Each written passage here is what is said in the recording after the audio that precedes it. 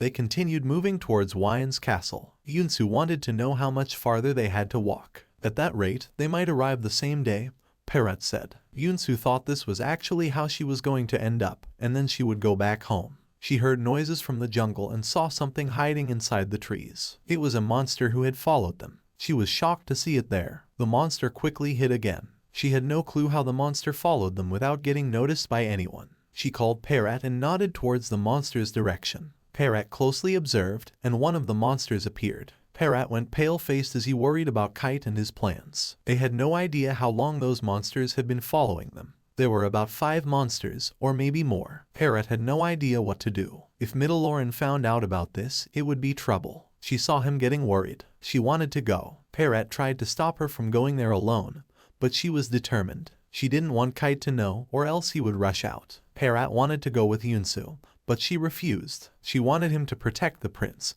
and she also had the ability to deal with those monsters alone. She ran off. Inside the carriage, the princess was in a bad mood. Kite noticed something and kept looking outside. The monsters started running away from her as she began following them. As she was chasing them, she had no clue what they were trying to do. A few moments ago, those monsters were following her, and now they were running away. She understood that this was some kind of trap. Her horse got spooked and fell. They both tumbled to the ground. She got hurt and looked forward to her horse. Out of nowhere, the monsters came out of the jungle. They surrounded her and her horse from all sides, and she was scared. Kite got angry at Parrot for leaving Yunsu alone. Parrot apologized to Kite, but he didn't want to scare the delegation, and the people of Middelloren didn't know about the monsters. Kite asked where Yunsu had gone. The princess wondered what had happened. Her servant whispered something into her ear. She was scared when she heard about the monsters. She wanted to know everything about them, but they didn't know much. Kite consoled them, saying it was nothing.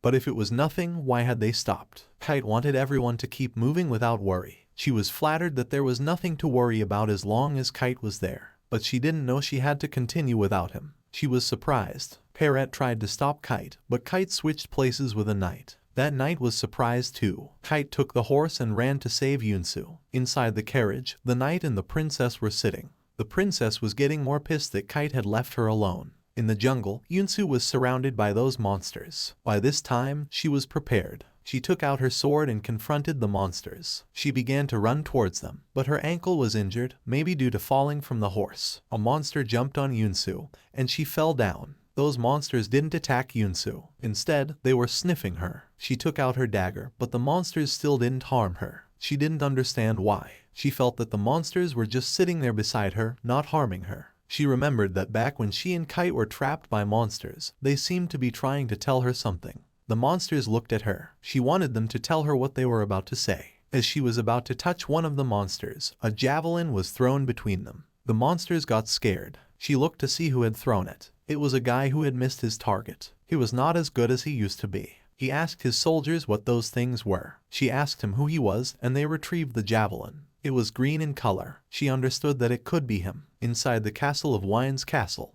her maid was worried and running, trying to find him. He usually sleeps more than a normal human being, but this time he was awakened earlier than expected. She turned to another maid of the castle named Beth, asking her if she knew where he went. But Beth didn't know where the prince went. The elderly maid suspected that she might be lying to her as she was the one who had cleaned his room that month. Beth just looked at the elderly maid. The elderly maid warned her that things there are no good and she should know it. Beth knew things were not good lately. They had no clue where he went. The arrival was almost there, and they had to get the prince ready before the arrival. The maid standing behind Beth told Madame Yuden, the elderly maid, that the gatekeeper told her the prince left on a horse early in the morning to greet someone. Yuden was shocked. Where would the prince go to greet someone? The prince was in such a hurry to meet Kite that he took the shortcut to meet him, but he met Yunsu. Yunsu had already recognized that man. His skin was as pale as white, with smiling eyes and golden wavy hair. He was her protagonist. The prince asked her if she was fine or not. Yunsu was busy thinking, so he went close to her, getting her scared. One of his soldiers came running to Prince Wine. He wondered who this lady was. The prince had no clue as well. He thought those monsters were wild dogs, but they were too big to be called dogs. He helped her to lift her up, but Yunsu was injured in her legs. The prince noticed that she was hurt. She must have gotten hurt when she fell. His soldier was about to help Yunsu,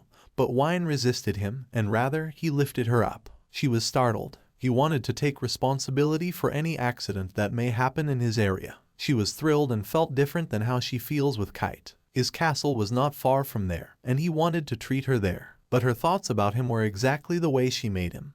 But she remembered what Kite had told her about him and his cheating on his wife. She felt uneasy and wanted to walk all by herself. Wine thought she was being shy. Meanwhile, the soldier of his noticed that she was a soldier of the third prince. Wine didn't understand how he got that idea. He noticed the ribbon on her neck and the voice came by saying, "Let her down." Wine looked back. It was Kite standing there. Wine didn't take his words seriously, rather saying they hadn't seen each other in a long time. Kite got angrier when Wine ignored his words and wanted him to put her down. Wine again ignored Kite's words and wanted him to say hello at least, even if they were not brothers from the same mother. Kite got pissed. He knew Wine wouldn't listen easily, so he was about to take out his sword. Wine saw him and put her down, calling Kite a rude person as he ever was. Yunsu ran behind Kite to hide. Wine talked about Kite being the flower knight and also how he was not there without the princess. People would feel disappointed if they got to know about it. But Kite laughed and said about his wife, how his wife divorced him for cheating on her with castle maids. Wine got angry for poking the older wound of his, but Kite kept on poking his wounds, asking if they were healed. Kite said Wine was just trying to vent his depression on other people and not picking a fight with him. Wine got furious at this and had enough. He took his javelin and said he would be ordering a coffin today for him. Kite raised his sword and taunted him, saying Wine would end up in a coffin.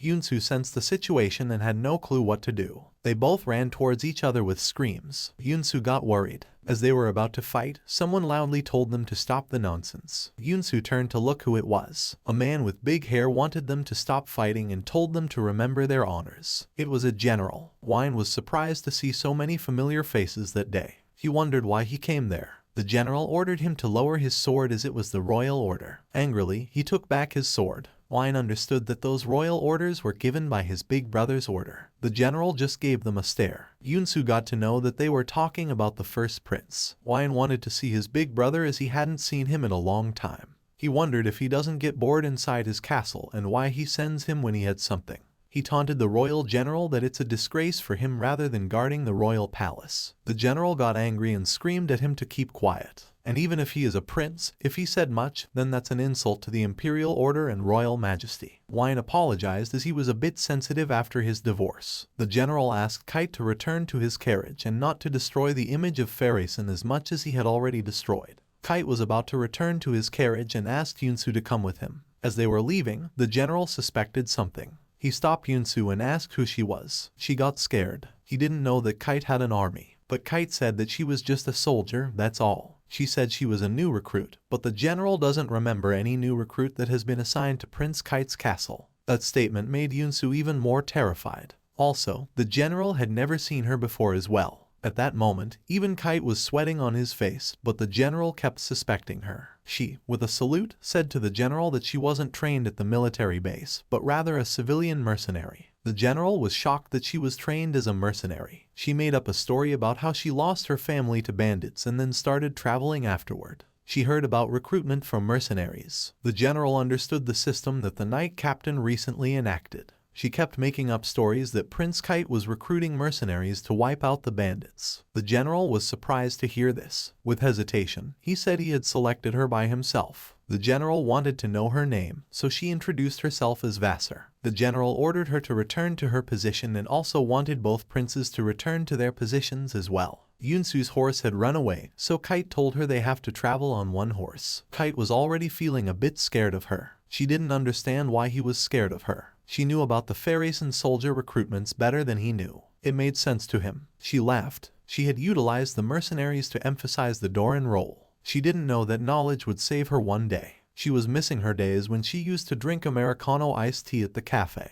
The Prince Wine heard her and asked what she said. She got scared of him suddenly asking her something. He asked again, but she said it was nothing. The Prince Kite asked Wine to get back to his place as it was the first prince's order. With rage on his face, he called Kite lucky that he was saved by that stubborn man, or he would have destroyed him. But Kite called him lucky that he was saved. Wine had enough and was about to leave, but before leaving, he told Yunsu that after her hardship as a mercenary, she had to work for that scum. He offered her to work in his castle rather than working for Kite, and whispered in her ears that a beautiful lady like her is always welcome to his castle. She got angry, but with a smile, she appreciated his consideration and screamed in his face that she would like to keep working with Kite. As she turned, her sword hit Wine's legs. Kite was laughing to see Wine in pain, and Yunsu wanted them both to leave. Before leaving, Kite said a last goodbye to Prince Wine and told him to meet him in the castle. He was still on the ground holding his legs while his soldiers were running to help Wine. The soldiers were worried. Wine was angry that he didn't forget about what happened that day.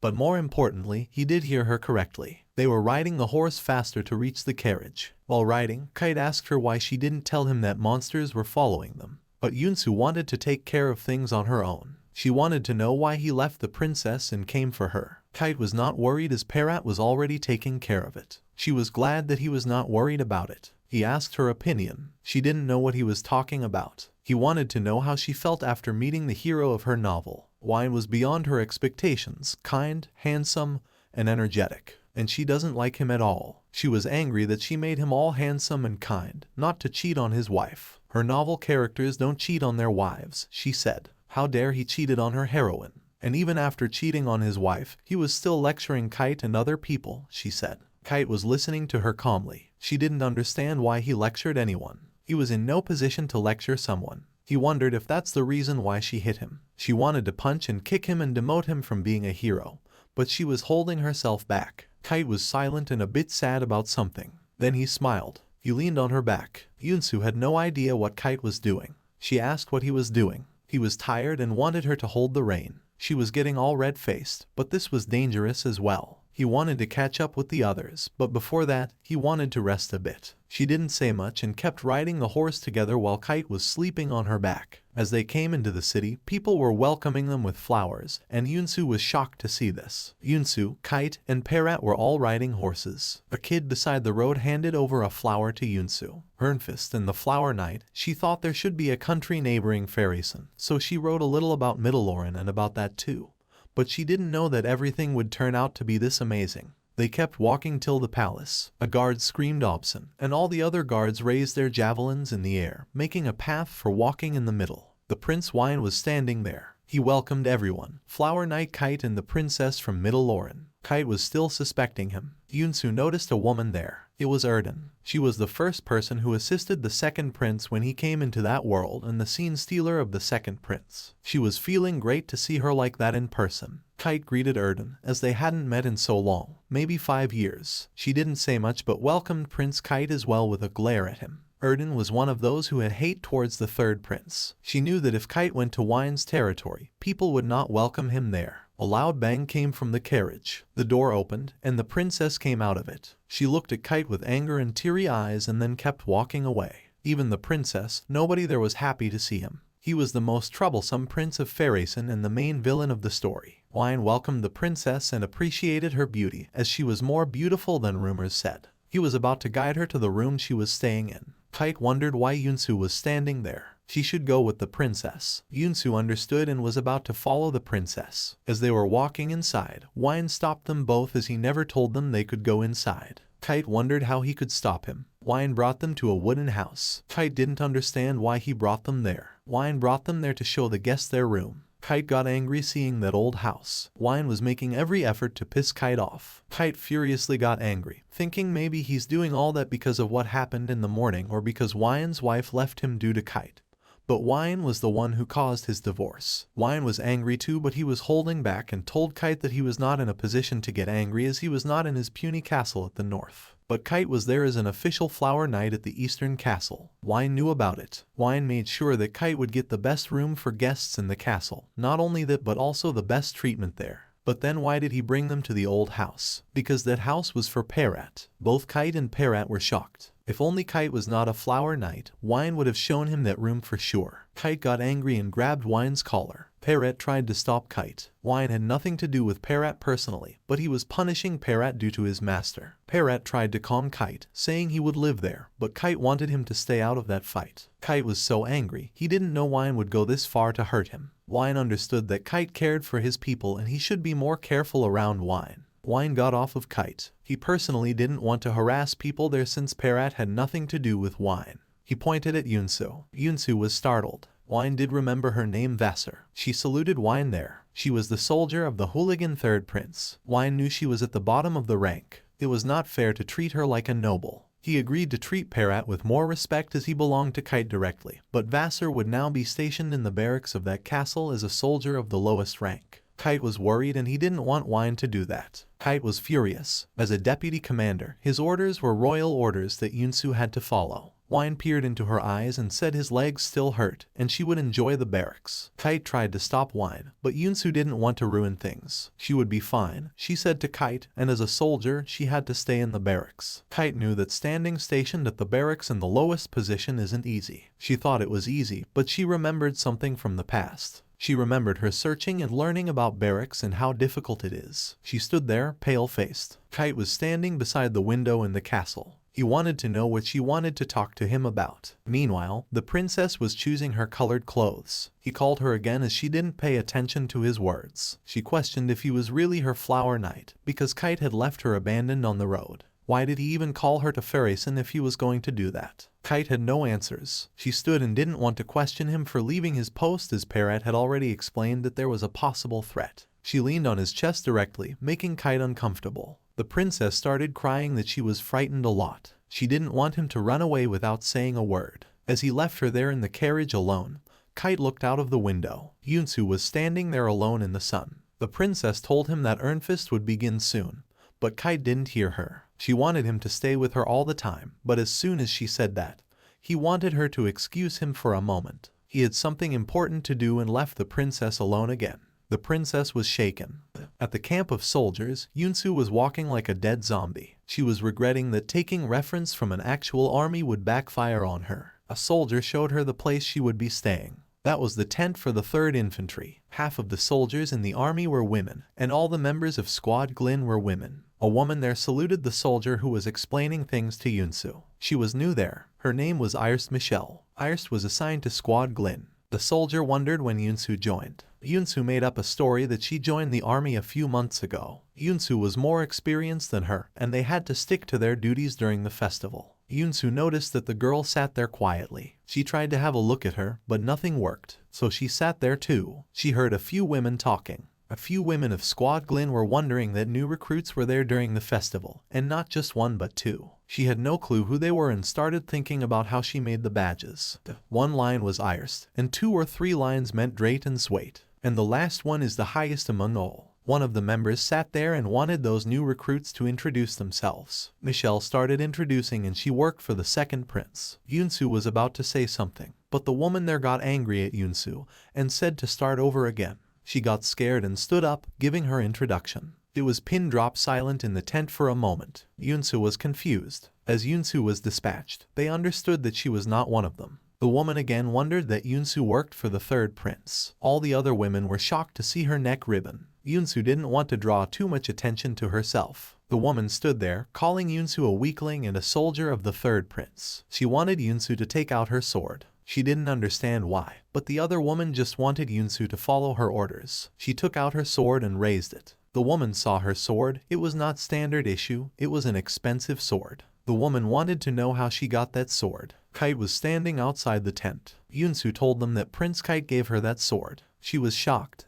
Kite came inside. As the woman was about to slap Yunsu, the other women in the tent greeted Prince Kite. Before slapping her, she halted. She looked back, and it was Kite. Kite told everyone to keep up their good work and asked if they needed anything from him. He greeted everyone with good work. Everyone present saluted Kite, including Yunsu. Kite smiled. It had been so long since Kite was inside the barracks of the soldiers. It was the same as always, hot and with warm air inside. He put everyone at ease, but Yunsu knew they couldn't relax as he was the highest-ranking soldier in the entire country. He wondered if they had training recently. There was so much dust there, he noticed. The other mate rushed to clean it and apologized to Kite for the dust. Yunsu was crying, wanting Kite to stop at least there. He smiled. He came directly to the topic as one of his soldiers was staying there, and maybe they hadn't heard about it yet. He stood beside Yunsu. Iris Yunsu was his only soldier there. He let everyone know, and she had to stay there until the festival ended. Once the festival was done, they wouldn't be seeing Vassar again.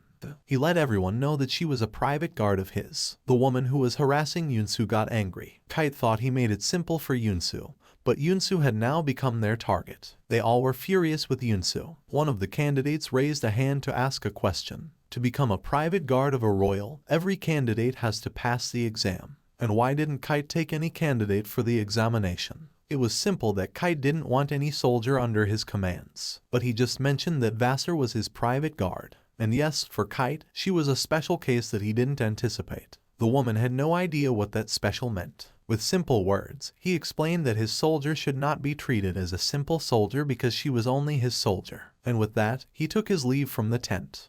All the Glynn squad were standing in lines. A woman from behind told Kite to fight with her one more time. But Kite had enough. She wanted to fight with Kite until she won. But Kite was tired of looking out for her husband, and he told her to go home. But she kept insisting again. At that time, the soldier felt good about Kite. The commander had never won against Kite. Kite was known to be the master of martial combat. She dreamed of being his soldier and wearing that red ribbon and worked hard for that. But she had no idea what was special about Vassar. She didn't notice her to be a trained soldier. She was pissed and called Yunsu. She again wanted Yunsu to draw her sword. She was so pissed that she screamed at her and wanted her to draw her sword and come to her. Someone tried to warn the vice captain, but she didn't listen. She was asking for a duel with Yunsu so she could evaluate her. She tried to stop the vice captain, but she didn't listen. She ordered to stand at the tent door. A board was stood outside the tent not to enter. Vassar and the vice captain were against each other. The vice captain granted her to attack first. Yunsu was worried how things got so far like this. Someone agreed to be the referee. She ordered Yunsu to take her position. Yunsu had enough and thought, let it be. She just stood there. The vice captain didn't understand what she was doing. Yunsu stood there as the vice captain said to be ready. The vice captain got so furious. She thought Yunsu was mocking her. She ran towards Vassar with a scream and pointed her sword towards her.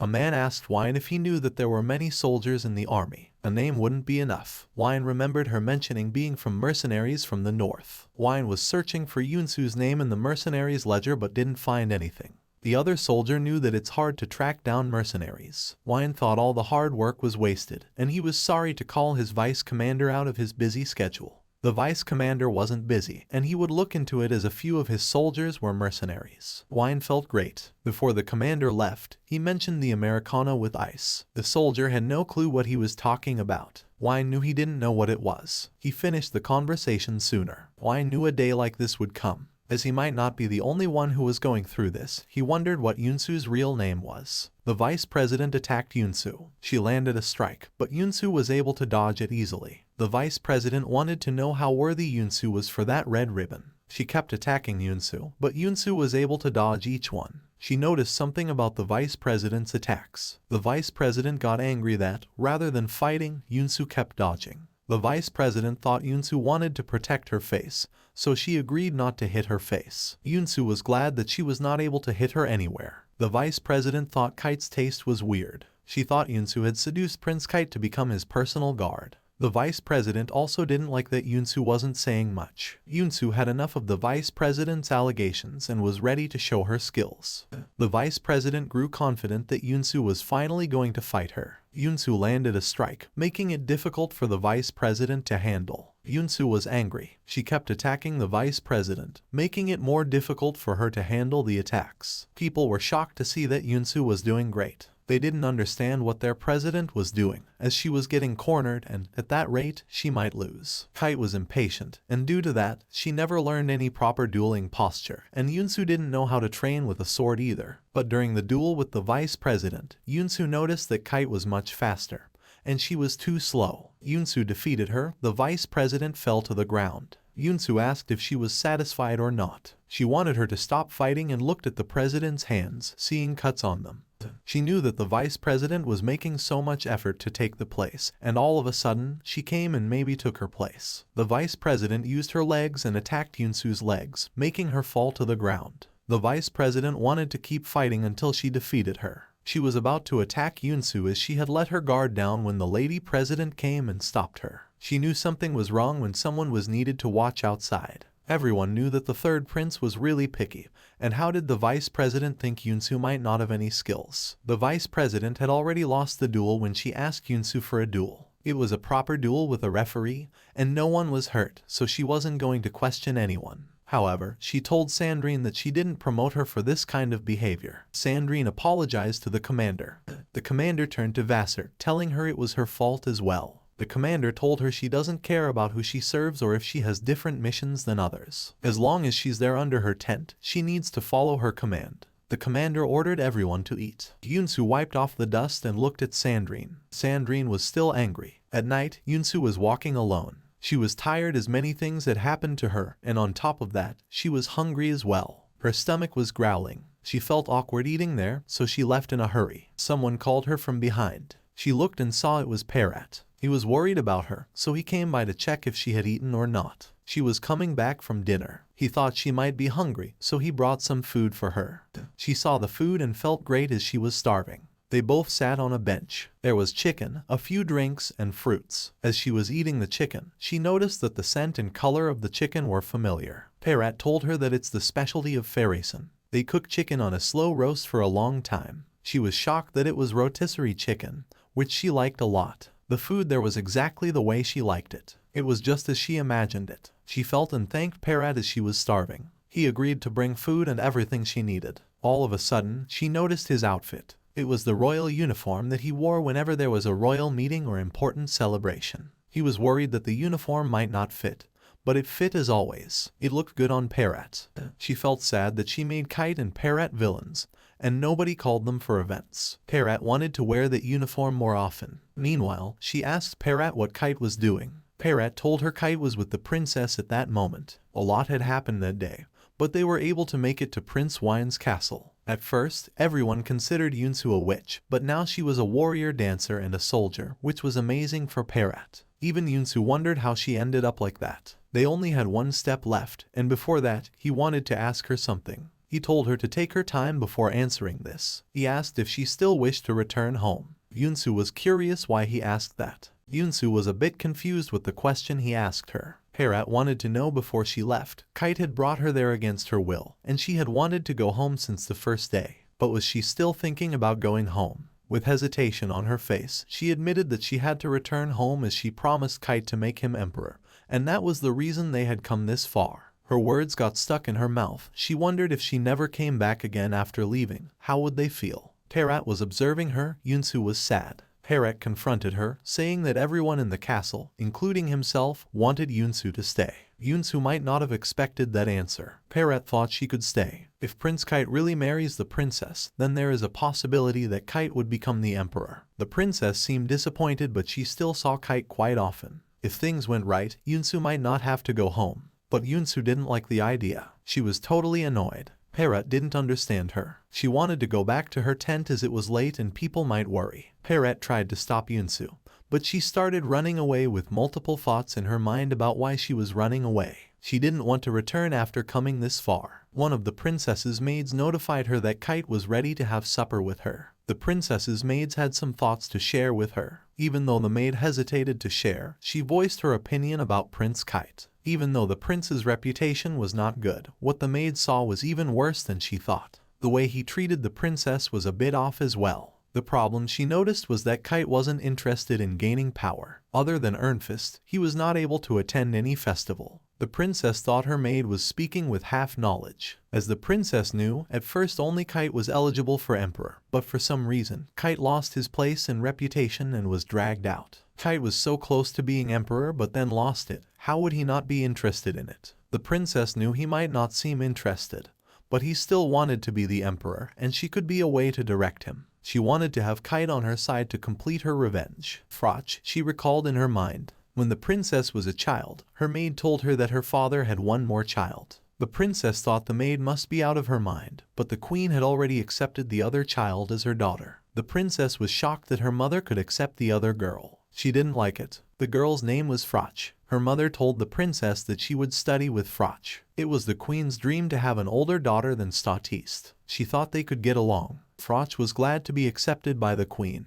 But the same was not true for Statiste, the princess. She slapped Froch. Froch had no clue why Statiste slapped her, as Statiste never wanted an older sister. She hated that someone like Froch could be a princess. Statiste pulled her hair, called her a bastard, and said someone like her shouldn't be allowed into her palace. The princess thought Froch was there to take her place. Statiste threatened her that she would miss the old days and would hide away from her like a rat. Time passed, they grew up. It was time to meet the princes. Statiste was well dressed, but Froch wasn't even paying attention. When Statiste was talking to the prince had his eyes on Froch. He might have liked Froch more than Statiste. Suddenly one day, the prince broke off the engagement between them and chose Froch over Statiste. She was angry that the prince chose that dirty little bastard over her. She was biting her nails out of anger. Statiste planned to tell the truth about Froch to the prince, and then he might break the engagement as well. But Froch had already told him. She was standing outside the door. Statiste called her a dirty little bastard again and asked why she came to the palace and stole her fiancé. Froch was leaving, so she came to the palace to thank her. Froch had lost all her interest in Middelloren and the queen's love. She hated that place so much. She was going to be an empress the next day,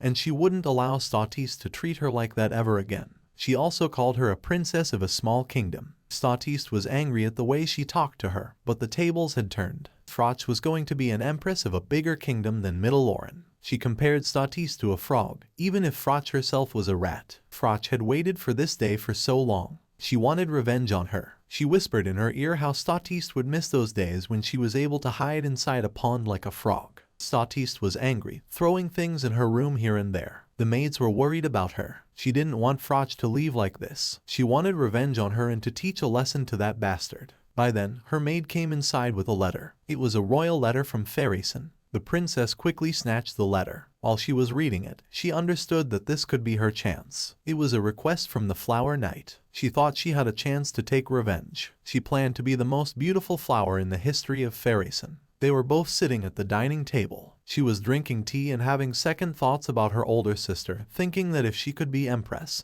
then she could too. Even if she had to start a war between Ferryson and Vadable, she wanted to take her revenge and kneel Froch down. Kite was done with his meal. As he was leaving, she mentioned that the moon was looking gorgeous that day and wanted to walk along with him. Kite was leaving as he was done and ignored her words directly. She, with no expression on her face, asked him if he had a plan to keep humiliating her like that by leaving her alone. She had no issues if he didn't want to walk, but she wanted him to show some effort and sit there and talk to her. Even though Kite didn't want to, he sat down. She asked if he would like to drink some wine as she had brought some of the white wine that he liked. On the other hand, Kite had no interest in drinking wine as he never drank wine. The princess found it odd as the letter she received from him mentioned that he liked white wine. He wondered when he had told her that. It was clear from the silence of understanding and regret on Kite's face. She understood that it was Perat who wrote those letters to her. She was a bit sad that she had exchanged letters with Perat rather than Prince Kite. While all of this was happening, she had already understood that. He apologized to her for those letters and clearly mentioned that he was not interested in drinking, walking,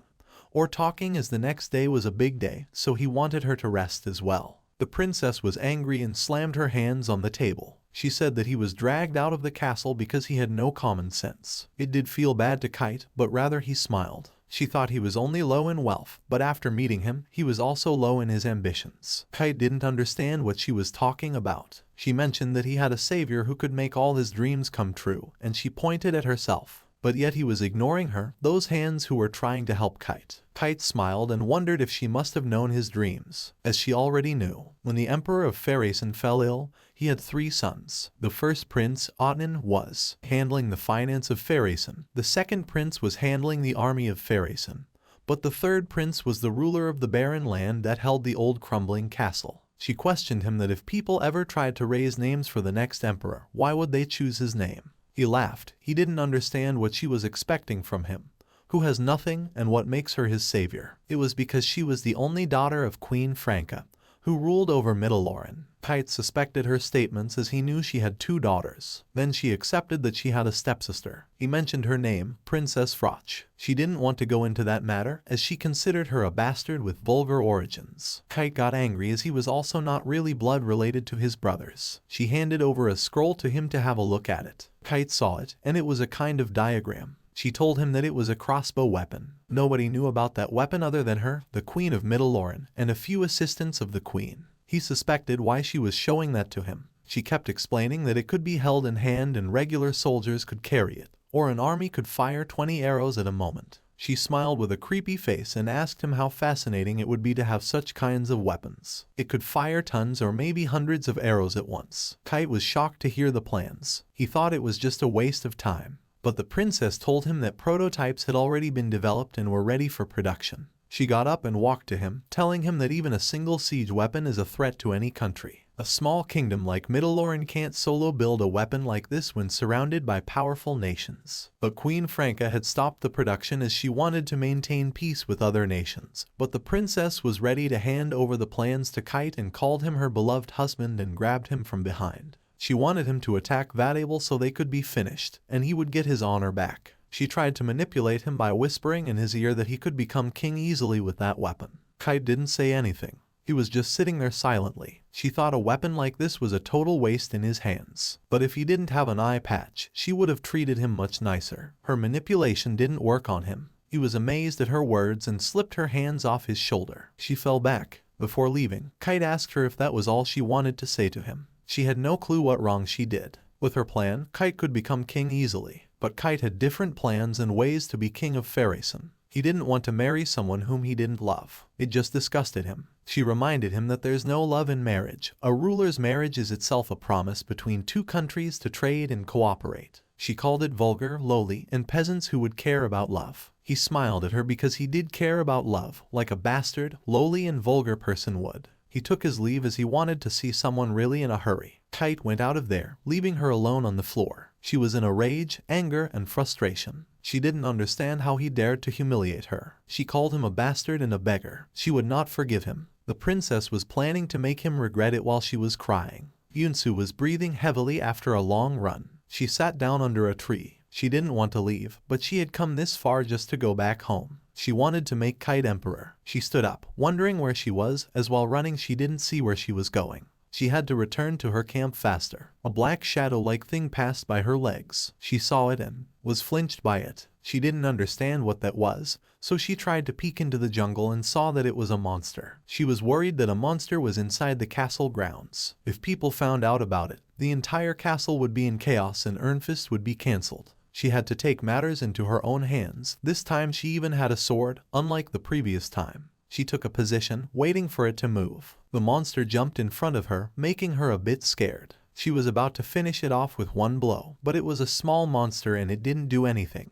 It just stood there. Yunsu was a bit confused about what the monster was doing. That monster was acting like a puppy, scratching itself. Yunsu noticed that compared to other monsters, this one was just a baby. But still, it was a monster and she had to finish it off. The monster was making cute faces and noises. She couldn't help herself. She didn't have the will to kill something like that. Sitting there, thinking about how she could get it out of there, she raised her hands asking for its paw. Yunsu was speechless when it put its paw over her hand. She stood up in surprise, realizing that the creature was able to understand her very well. She thought it could be a coincidence. She ordered the baby monster to sit, and bang, it followed her commands. She was amazed that the monster was understanding her words. She took the monster with her and sat on a bench. She had no clue what it was, even though it was cute when it was small.